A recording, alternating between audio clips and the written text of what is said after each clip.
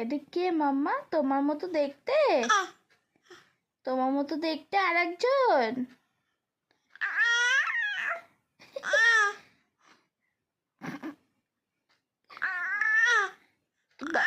কি বলছো? এত কি বলছো? কি কি জিজ্ঞেস করছো? এই আমার মতো দেখতে কেন? ওরে বাবারে,